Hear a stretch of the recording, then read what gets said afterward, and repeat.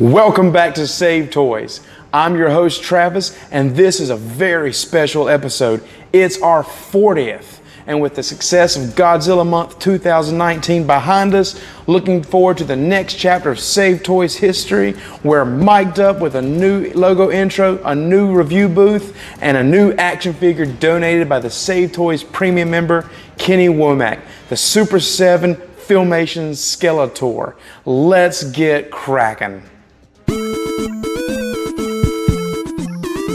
Just like Santa Claus on December 25th, another episode of Save Toys come and gone.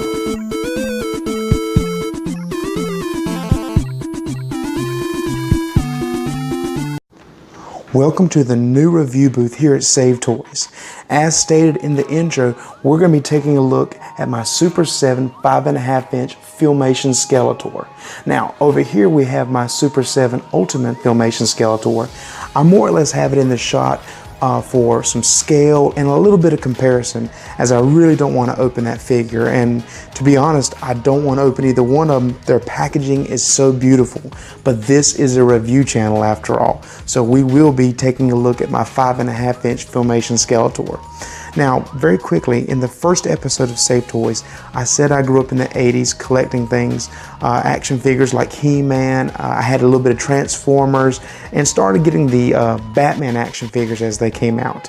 But I do remember having Skeletor, He-Man, the Castle of Grayskull, Panther, and Battle Cat, and they definitely left an impression on me. Now, I must confess, I don't know a whole lot of the lore of He-Man, but aesthetically, Skeletor is quickly becoming one of my most favorite villains. Let's get him right quick. Oops. Now, look at this packaging. It's done like the vintage Masters of the Universe line, and it's beautiful. Like I said, it's going to break my heart to actually open it. Here's some of the artwork with the twist waist, swing and punch action feature. Let's see if I can get it into the shot without moving the camera too much, but there's some of the artwork on the package, and that's just fantastic. Skeletor holding his Havoc staff. All right, so let's open this action figure. Here's my Filmation Skeletor out of the package. Wow, is he amazing. Before we really get into the action figure, I want to talk about some of the things that came with the action figure as pack-ins. First off, it didn't come with a mini comic as was the case with the original figures, but it came with this great artwork that resembles a mini comic just looking through the package.